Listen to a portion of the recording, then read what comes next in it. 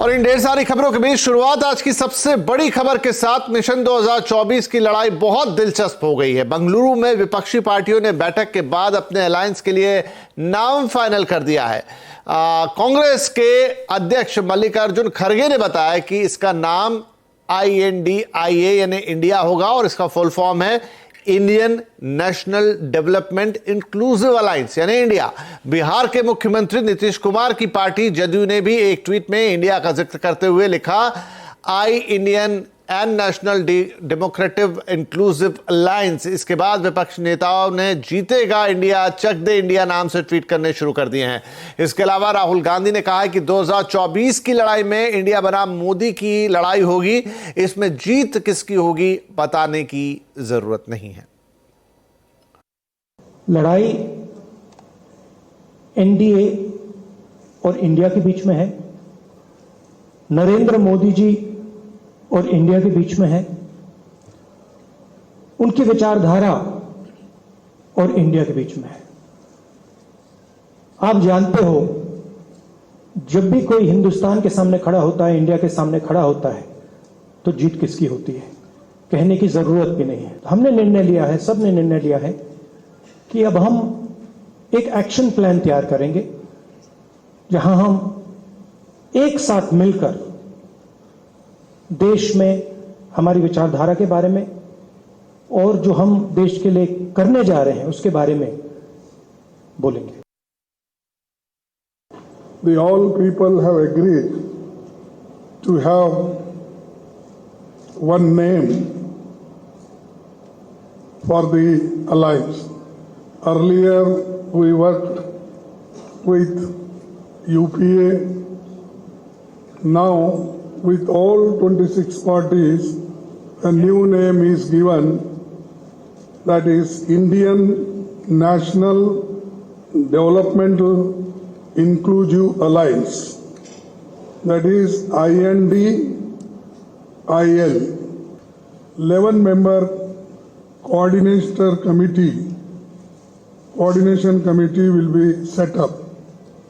That we will decide shortly, and we are going to meet again in Maharashtra, Mumbai. चाहे मणिपुर हो, चाहे अरुणाचल हो, चाहे उत्तर प्रदेश हो, चाहे दिल्ली हो, चाहे बंगाल हो, चाहे बिहार हो, चाहे महाराष्ट्र हो, सरकार बेचना, सरकार खरीद करना एक ही काम है गवर्नमेंट का। इसी के लिए हम लोगों ने आज सब मिलके एक रियल चैलेंज लिया है। NDA, can you challenge India? Bhajpa, can you challenge India? The other people, can you challenge India? आज देश में हर आदमी दुखी है, युवा दुखी है, किसान दुखी है, मजदूर दुखी है, व्यापारी दुखी है, इंडस्ट्रियलिस्ट दुखी है, गृहिणी दुखी है। ऐसा कौन सा व्यक्ति है जो दुखी नहीं है? तो आज ये 26 पार्टियां, हम सब लोग अपने लिए एकत्रित नहीं हुए। हम देश को एक तरफ बचाना है, जिस तरह से पूरे देश के अंदर नफरत फैलाई जा रही है उससे बचाना है। तो ये थी अब डेमोक्रेट जो अलायंस है उसका नाम रख दिया गया इंडिया, तो उसकी बैठक। और ये उस विपक्षी दलों के जो 26 नेता हैं उनमें से कुछ की बातें आप सुन रहे थे। चलिए अब चलते हैं बेंगलुरु, जहां पर ये बैठक अभी खत्म हुई, प्रेस कॉन्फ्रेंस हुई। डिटेल लेते हैं हमारे सहयोगी संजय तिवारी से। तो संजय, इंडिया नाम फाइनल हो गया है, बहुत सारी बातें अभी हमने सुनी भी, क्या कह रहे हैं विपक्षी दलों के नेता? अब यहां से आगे की रणनीति के बारे में क्या कोई खुलासा किया है प्रेस कॉन्फ्रेंस में?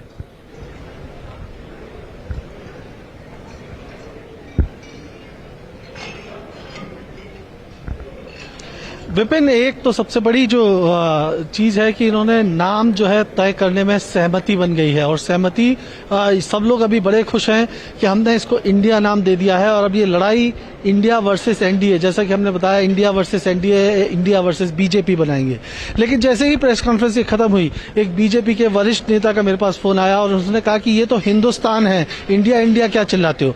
तो जाहिर तौर पे अब वो पिच चेंज करने की जाहिर तौर पे दूसरी तरफ से भी अब वो ब्रेनस्टॉर्मिंग हो रही है कि कैसे किया जाएगा इंडिया से। लेकिन नाम तो तय हो गया है इंडिया, और नाम तय करने के बाद इन्होंने 11 सदस्यीय कमेटी बनाई है। वो कमेटी जो है वो उसमें कौन कौन सदस्य होंगे और वो कैसे कैसे क्या करना है, कॉमन मिनिमम प्रोग्राम क्या बनाना है, कैसे आगे की रणनीति होगी, रोड मैप होगी, वो 11 सदस्यीय कमेटी तय करेगी।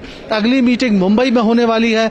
इसके अलावा एक सेक्रेटेरिएट बनाया जाएगा जो दिल्ली में होगा, जहां से डे टू डे के अफेयर्स, कैंपेन और सारी चीजें चलेंगी। तो ये कुल मिला के एक कॉन्क्रीट डिसीजन करने में ये 26 राजनेताओं का दल जाहिर तौर पर कामयाब हुआ है, और इसी वजह से ममता बनर्जी ने कहा कि ये फ्रूटफुल मीटिंग रही, इसके परिणाम बहुत अच्छे निकलने वाले हैं। तो कभी अभी फिलहाल तो बहुत जो नेता इसमें शामिल हुए हैं वो बहुत उत्साहित हैं, लेकिन जाहिर तौर पर प्रतिक्रिया बीजेपी की तरफ से आने वाली है। फिलहाल लड़ाई इतनी आसान नहीं है, क्योंकि करप्शन के मुद्दे पर प्रधानमंत्री ने जोरदार हमले बोले हैं। करप्शन के मुद्दे पर लड़ाई है, और प्रधानमंत्री और बीजेपी का कहना है कि ये पूरा मसला जो है, जो करप्ट पार्टियां हैं वो एक साथ इकट्ठा हो गई। अब ये जब हम लोगों ने ये सवाल पूछा तो उसका जवाब देने से कतरा गए, और जवाब दिए बिना जो है प्रेस कॉन्फ्रेंस बीच में खत्म कर दी गई। जी ठीक है संजय, बहुत शुक्रिया इस अपडेट के लिए। तो 11 सदस्यीय कमेटी हो गई, और बाकी जैसा संजय बता रहे थे कि इतनी आसान लड़ाई नहीं है, लेकिन यहां से आगे अब शायद मुंबई में बैठक की बात है, महाराष्ट्र में बैठक की बात है, कैसे बढ़ता है विपक्ष वो देखने वाली बात होगी। लेकिन संजय जैसे एक बात का जिक्र कर रहे थे, उस बात को आगे बढ़ाते हैं। इससे पहले आज प्रधानमंत्री मोदी ने विपक्ष पर जमकर प्रहार किया। उन्होंने बेंगलुरु में विपक्षी नेताओं की बैठक को बेईमानों का जमावड़ा बताया। 24 के लिए 26 होने वाले राजनीतिक दलों पर ये बड़ा फिट बैठता है। गाइड कुछ है, हाल कुछ है, लेबिल कुछ है और माल कुछ है। यानी गाना कोई और गाया जा रहा है, जबकि सच्चाई कुछ और है। लेबल किसी और का लगाया गया है, जबकि प्रोडक्ट कुछ और ही है। इनकी दुकान की यही सच्चाई है। भ्रष्टाचार को लेकर इनमें बड़ी आत्मीयता है, बड़ा प्रेम है। इसलिए 20 लाख करोड़ रुपए के भ्रष्टाचार की गारंटी देने वाले ये लोग बड़े प्रेम से, बड़ी आत्मीयता से आपस में मिल रहे हैं। नफरत है, घोटाले हैं, तुष्टीकरण है, मनकाले हैं। परिवारवाद की आग के दशकों से देश हवाले हैं। साथियों, इनके लिए देश के गरीब के बच्चों का विकास नहीं, बल्कि अपने बच्चों का, अपने भाई भतीजों का विकास मायने रखता है। तो ये प्रधानमंत्री मोदी ने आज सुबह ये सारी बातें कही इस मीटिंग से पहले, लेकिन इधर अब बज गए हैं शाम के 5। अच्छा, आज का आवाज अड्डा भी यही है। 2024 में एनडीए वर्सेस इंडिया, कैसा होगा ये मुकाबला, कौन किस पे पड़ेगा भारी, बड़ी चर्चा आज होगी 7:57 पर। जरूर जुड़िएगा आज के आवाज अड्डा में हमारे साथ। और साथ में ये भी बता दें कि आज एनडीए की भी एक बड़ी मीटिंग हो रही है, जो शाम के 5 बज चुके हैं। वो मीटिंग शुरू हो गई, उस पर भी आपको लगातार अपडेट देंगे। यहां 26 पार्टियां थी विपक्ष की, तो एनडीए में 38 पार्टियां मिलकर काम कर रही है। लेकिन ये आज की एक और बड़ी खबर, अगर आपका भी पैसा सहारा में फंस गया है तो ये खबर आपके बेहद काम की है। केंद्रीय गृह और सहकारिता मंत्री अमित शाह ने आज सहारा रिफंड पोर्टल को लॉन्च किया। इस पोर्टल के माध्यम से सहारा की 4 कोऑपरेटिव के निवेशक अपना फंसा हुआ पैसा वापस पा सकेंगे। जिनके पास पूंजी नहीं है और कुछ उद्यम करना चाहते हैं, जिनके पास पूंजी नहीं है कोई उद्योग डालना चाहते हैं, जिनके पास पूंजी नहीं है और कुछ प्रवृत्ति करना चाहते हैं, इनके लिए कोऑपरेटिव आंदोलन के अलावे और कोई रास्ता नहीं है। क्योंकि सहकारिता आंदोलन ही एकमात्र आंदोलन है कि जिसमें छोटी छोटी पूंजी का कुल योग बनाकर ढेर सारे लोगों को मिलाकर एक बड़ी पूंजी की निर्मित कर एक बड़ी चीज को साकार किया जा सकता।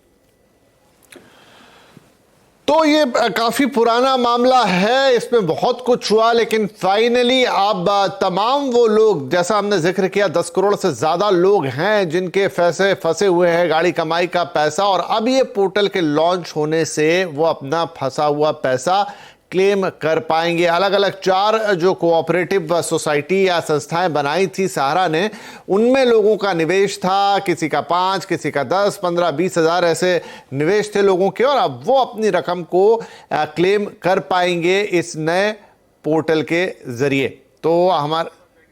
तो अब कैसे ये होगा, ये हम डिटेल में आपको बताएंगे। ब्रेक ले लेते हैं यहाँ पर एक छोटा सा, लेकिन ब्रेक के बाद जुड़ेंगे हमारे economic policy editor Lakshman Roy और डिटेल में पूछेंगे कि किसी का पैसा अगर फंस गया है तो फिर इस पोर्टल के जरिए उसे कैसे हासिल कर सकता है। एक छोटा सा ब्रेक।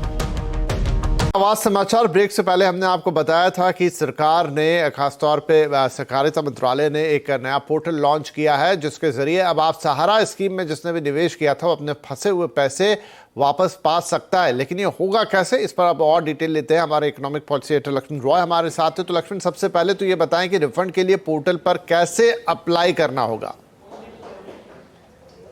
देखिए, इसके लिए आपको जब रिफंड पाने के लिए अप्लाई करना है तो आपको एक खास पोर्टल पे जाना पड़ेगा। ये पोर्टल CRCS सहारा रिफंड पोर्टल है। अब इस पोर्टल को आप कॉर्पोरेशन मिनिस्ट्री की जो वेबसाइट है cooperation.gov.in उसके जरिए भी एक्सेस कर सकते हैं। अगर आप बहुत ज़्यादा यूज टू नहीं है इन सब चीज़ों से, तो आप किसी भी नज़दीकी कॉमन सर्विस सेंटर पर चले जाएँ। उस कॉमन सर्विस सेंटर पर बैठे व्यक्ति आपको मदद कर देंगे इस पोर्टल के जरिए आपको रिफंड की प्रक्रिया समझाने के लिए या फिर अप्लाई करने के लिए। अब जब रिफंड पोर्टल तक पहुँच जाएंगे तो आपको रिफंड पाने के लिए सबसे पहले पोर्टल में कई सारी जानकारी आपको देनी पड़ेगी, यानी किस स्कीम के तहत आपने पैसा लगाया था, कितना पैसा लगाया था, कब पैसा जमा किया, उसकी कोई रसीद आपके पास हो, वो दस्तावेज आपको अपलोड करना पड़ेगा। इसके अलावा आपको अपना बैंक अकाउंट नंबर देना पड़ेगा, जिस बैंक अकाउंट में पैसा आप रिफंड चाहते हैं। अपना मोबाइल नंबर देना पड़ेगा आपको जहां से आप कम्युनिकेशन देखना चाहते हैं, और साथ ही साथ ध्यान देना होगा कि आपका मोबाइल नंबर और आपका बैंक अकाउंट दोनों आपके आधार से जुड़ा हुआ हो। अगर नहीं जुड़ा हुआ है तो आपको इसे जोड़ना होगा, क्योंकि आगे चल करके जब ये सारा दस्तावेज आप दे देंगे तो ऑडिटर्स होंगे, विशेष अधिकारी नियुक्त किए गए हैं, वो आपके सारे दावे के, सारे दस्तावेज की समीक्षा करेंगे, सत्यापन करेंगे और वेरिफिकेशन करने में आपके आधार को प्रमुख आधार बनाया जाएगा। इसलिए आधार नंबर होना जरूरी है। और फिर वेरिफिकेशन के 45 दिन के भीतर ये पैसा आपके बैंक अकाउंट में आ जाएगा, और जो मोबाइल नंबर आपने दिया है उस मोबाइल नंबर पर इसका मैसेज भी आ जाएगा। लक्ष्मण, यहाँ पर सबको पैसे मिल जाएंगे, किस्तों में मिलेंगे, क्या तरीका रहेगा उसका? ये बहुत बड़ी शर्त है। ये सबको पैसा नहीं मिलेगा, एक मुश्त पैसा नहीं मिलेगा।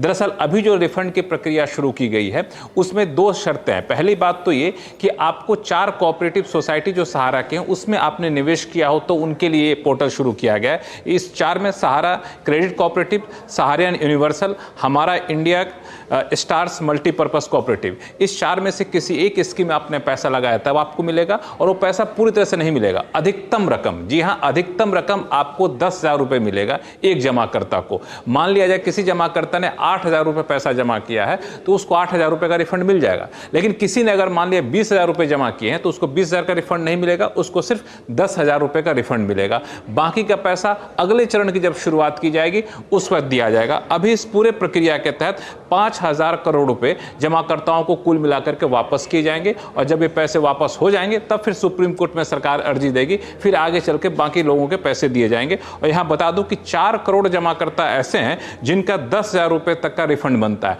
यानी इससे करीब आपको अच्छी खासी संख्या में जमाकर्ताओं के पैसे वापस मिल जाएंगे। जी लक्ष्मण, बहुत शुक्रिया। तो कई करोड़ों लोगों को ये रिलीफ मिलती हुई, और कैसे आपको अपने पैसे वापस लेने और अभी कितने पैसे मिलेंगे उसकी पूरी डिटेल यहां हमने आपको बताई। बहुत शुक्रिया लक्ष्मण इस अपडेट के लिए, इस खबर के लिए। और इधर आज के कंज्यूमर अड्डा में हम आपके लिए क्या लेकर आ रहे हैं, एक बड़ा फैसला अभी आया है ऑनलाइन गेमिंग को लेकर, जहां पर इंडस्ट्री पर 28% GST लगाने की बात कही गई है और इसके बाद मच गया है त्राहिमाम। तो क्या ये टैक्स वाकई इंडस्ट्री का गेम ओवर कर देगा? क्या गेम खेलने वाले जो लोग हैं उनके लिए अब ऑनलाइन गेमिंग, जहां पर कि वो एक पैसा बनाने की तरफ भी देखते थे, वो भी टाइम ओवर है? इस पूरी डिबेट को आज लेकर चलेंगे कंज्यूमर अड्डा में शाम 5:57 पर। ऑनलाइन गेमिंग गेम ओवर, जरूर जुड़िएगा हमारे साथ।